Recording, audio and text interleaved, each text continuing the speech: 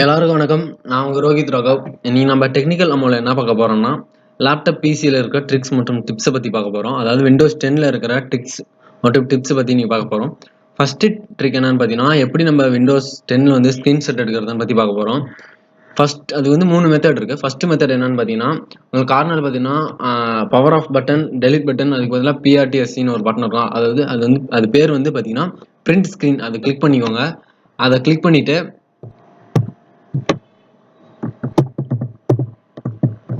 பெயிண்டில் போய் அதை பேஸ்ட் பண்ணுங்கள். பேஸ்ட் ஆப்ஷன் இருக்கும். பேஸ்ட் பண்ணிட்டீங்கன்னா உங்களுக்கு நீங்கள் ஸ்க்ரீன்ஷாட் எடுத்த ஃபோட்டோ அங்கே வந்துடும். இது நீங்கள் நார்மலாக எப்பயும் சேவ் பண்ணுற மாதிரி சேவ் பண்ணிக்கலாம். இப்போ நான் அதை சேவ் பண்ணல. சேவ் பண்ணுறதுனா சேவ் கொடுத்து சேவ் பண்ணிக்கோங்க. ரெண்டாவது மெத்தட் பார்த்தீங்கன்னா விண்டோஸ் டபிள்யூ. இது ரெண்டு அமுத்தி பிடிச்சிங்கன்னா உங்களுக்கு இந்த பக்கம் பார்த்தீங்கன்னா உங்களுக்கு ஆப்ஷன் வந்துடும், ஸ்க்ரீன்ஷாட் ஆப்ஷன். இதில் வந்து இங்கே பார்த்தீங்கன்னா சேவர்ஸ் அப்படின்னு இருக்கும். அதை கொடுத்து நீங்கள் சேவ் பண்ணிக்கலாம். ஸோ இப்போ நான் அதை சேவ் பண்ணிட்டேன். இது வந்து ஃபர்ஸ்ட் ட்ரிக்கு. ரெண்டாவது ட்ரிக் என்னன்னு பார்த்தீங்கன்னா, மவுஸோட கர்சர் எப்படி மாற்ற போகிறோம்னு பார்க்க போகிறோம். அதாவது மவுஸோட கலர் எப்படி மாற்ற போகிறோம்னு பார்க்க போகிறோம். கண்ட்ரோல் பேனல் போகணும். அதுக்கு இங்கே பார்த்தீங்கன்னா கண்ட்ரோல் பேனல் அப்படின்னு ஒரு இருக்கும். அதை கிளிக் பண்ணிக்கோங்க. அதை கிளிக் பண்ணிட்டீங்கன்னா ஈஸ் ஆஃப் ஆக்சஸ் அப்படின்னு ஒரு ஆப்ஷன் இருக்கும். அதை கிளிக் பண்ணிக்கோங்க. அதை கிளிக் பண்ணிங்கன்னா change have your mouse works அப்படின்னு ஒன்று இருக்கும். அதை வந்து கொடுத்துருங்க.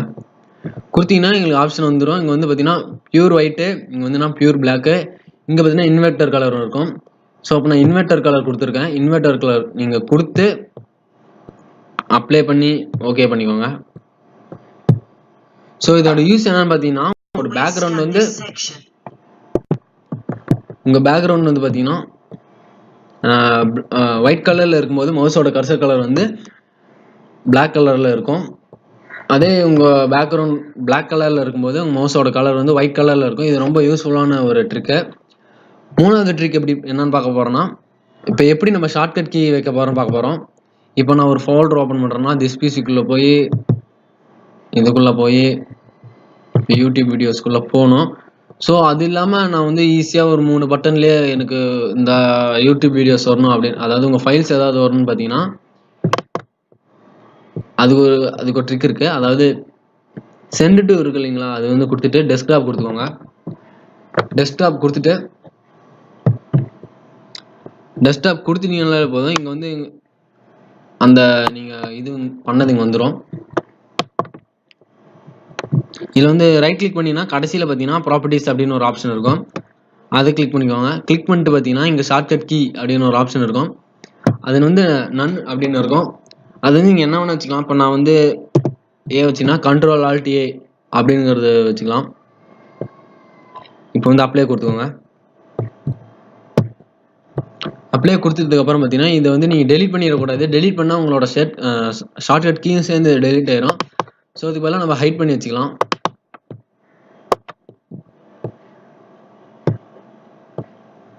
ஹைட் பண்ணுறது பார்த்தீங்கன்னா சும்மா இதிலே போய் ஹைட் பண்ணிக்கலாம்.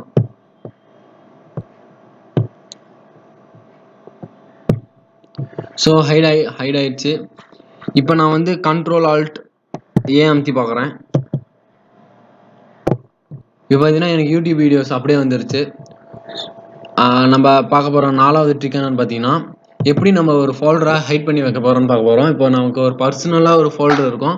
அதை வேறு யாரும் பார்க்கக்கூடாதுன்னு நினைப்போம். அதை எப்படி நம்ம ஹைட் பண்ண போகிறோம்னு பார்க்க போகிறோம். இப்போ எனக்கு வந்து இப்போ நியூ ஃபோல்டர் 3 வந்து ஹைட் பண்ணி வைக்கணும், யாரும் பார்க்கக்கூடாதுன்னு நான் நினைக்கிறேன்னா அதை ரைட் கிளிக் பண்ணிக்கோங்க. ரைட் கிளிக் பண்ணிட்டு ப்ராப்பர்ட்டிஸ் பண்ணிங்கன்னா இங்கே ஹிட்டன் ஒரு ஆப்ஷன் இருக்கும். அதை கிளிக் பண்ணிக்கோங்க. ஹிட்டன்கிறது கிளிக் பண்ணிட்டு அப்ளை கொடுங்க. அப்ளை கொடுத்தீங்கன்னா எங்களுக்கு வந்து கன்ஃபர்மேஷனில் வந்து எஸ் கொடுத்துக்கோங்க. ஓகே கொடுத்ததுக்கப்புறம் ஹைட் பண்ணியாச்சு. இப்போ பார்த்தீங்கன்னா நியூ ஃபோல்டர் 3 வந்து காணோம். இப்போ மறுபடியும் உங்களுக்கு நியூ ஃபோல்டர் 3 வேணும் அப்படின்னு பார்த்தீங்கன்னா இங்கே ஃபைல்ஸ், ஹோம், ஷேர், வியூ அப்படின்னு ஒரு 4 ஆப்ஷன் இருக்கும். அதில் வியூ கொடுத்தீங்கன்னா ஹிட்டன் ஐட்டம்ஸ் அப்படின்னு ஒரு ஆப்ஷன் இருக்கும். அதை வந்து கிளிக் பண்ணிக்கோங்க. கிளிக் பண்ணிட்டீங்கன்னா உங்களுக்கு ஹைட் பண்ணி வச்சுக்கிற ஃபோல்டர்ஸ் எல்லாம் இங்கே காமிக்க ஆரம்பிச்சிடும்.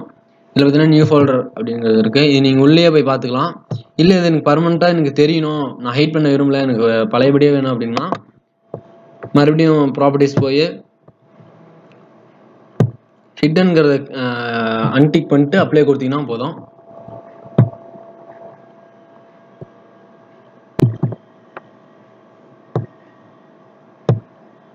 ஸோ இப்போ பார்த்தீங்கன்னா மறுபடியும் இங்கே வந்துருச்சு, நியூ ஃபோல்டர் 3 வந்துருச்சு.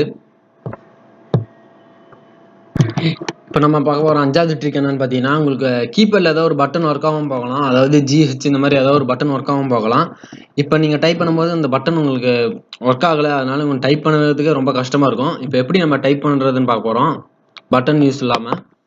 நீங்கள் கீழே வந்து ரைட் கிளிக் பண்ணிங்கன்னா இங்கே வந்து பார்த்தீங்கன்னா ஷோ டச் கீபேட் பட்டன் அப்படின்னு ஒரு ஆப்ஷன் இருக்கும், அதை கிளிக் பண்ணிக்கோங்க. அது கிளிக் பண்ணதுக்கப்புறம் பார்த்தீங்கன்னா இங்கே பார்த்தீங்கன்னா ஐக்கன் ஒன்று இருக்கும், அதை கிளிக் பண்ணிக்கோங்க. கிளிக் பண்ணினா போதும். இங்கே வந்து நீங்கள் ஏதாவது டைப் பண்ணுறதா இருந்தால் உங்களுக்கு ஒர்க் ஆகாத பட்டன் இங்கே நீங்கள் டைப் பண்ணிக்கலாம். இப்போ இங்கே நம்ம டைப் பண்ணிக்கலாம். நம்ம பார்க்க போகிற 6வது ட்ரிக் பார்த்தீங்கன்னா, இப்போ நீங்கள் லேப்டாப்பை வந்து அப்படியே வச்சுட்டு கொஞ்ச நேரம் எங்கேயா வெளியே போயிட்டீங்கன்னா உங்களுக்கு அப்படியே தான் லேப்டாப் இருக்கும், ஆஃப் ஆகாது. அது எப்படி நம்ம ஆட்டோமேட்டிக்காக லாக் ஆகிறதுன்னு பற்றி பார்க்க போகிறோம். இப்போ நீங்கள் ரொம்ப நேரம் வச்சுட்டு சம்டைம்ஸ் நீங்கள் தூங்கிட்டீங்கன்னா உங்கள் லேப்டாப் ஃபுல்லாக ஆஃப் ஆகாமே இருக்கும், ஏன்னா நமக்கு சார்ஜ் ரொம்ப குறையும். இப்போ எப்படி நீங்கள் கொஞ்ச நேரம் வச்சது உங்களுக்கு குறிப்பிட்ட டைமுக்கு அப்புறம் தானாக உங்களுக்கு லாக் ஆகிரும். அப்போ நீங்கள் பாஸ்வேர்ட் போட்டு எடுத்துக்கலாம். அதை எப்படி வைக்க போகிறோன்னு பார்க்கலாம். நான் உங்கள் செட்டிங்ஸ் போனோம், ஃபஸ்ட்டு செட்டிங்ஸ் போனோம். செட்டிங்ஸ் போயிட்டோம்னா இங்கே அக்கௌண்ட்ஸ் அப்படின்னு இருக்கும், அக்கௌண்ட்ஸ் கொடுத்தீங்கன்னா இங்கே வந்து சைன்இன் ஆப்ஷன் அப்படின்னு ஒரு ஆப்ஷன் இருக்கும். 3வது ஆப்ஷன் சைன்இன் ஆப்ஷன் கொடுத்தீங்கன்னா இதில் உங்களுக்கு கீழே பார்த்தீங்கன்னா டைனமிக் லாக் அப்படின்னு ஒரு ஆப்ஷன் இருக்கும், இதை வந்து நீங்கள் டிக் பண்ணி வச்சுக்கோங்க. டிக் பண்ணுறதுனால உங்களுக்கு குறிப்பிட்ட டைமுக்கு அப்புறம் தானாக லாக் ஆயிரும். அப்போ நீங்கள் பாஸ்வேர்ட் போட்டு எடுத்துக்கலாம். இப்போ நீங்கள் அடுத்த நம்ம பார்க்க போகிற ட்ரிக் என்னன்னு பார்த்தீங்கன்னா, இப்போ ஃபோனில் இப்போ இமோஜிஸ் யூஸ் பண்ணுற மாதிரி லேப்டாப்லேயும் டைப் பண்ணும்போது இமோஜிஸ் யூஸ் பண்ணுறது எப்படின்னு பார்க்க போகிறோம். நம்ம ஃபஸ்ட்டு எடுத்த மாதிரி இங்கே டச் கீபேட் எடுத்துக்கோங்க. இங்கே பார்த்தீங்கன்னா கீழே பார்த்தீங்கன்னா இமேஜோட சிம்பிள் கிளிக் பண்ணிக்கிட்டீங்கன்னா உங்களுக்கு எல்லா இமோஜிஸும் வந்துடும். இங்கே பார்த்தீங்கன்னா நிறைய இமோஜிஸ் இருக்குது. நீங்கள் டைப் பண்ணும்போது இதிலே, அதாவது லேப்டாப்லேயே நீங்கள் இமோஜிஸ் டைப் பண்ணிக்கலாம்.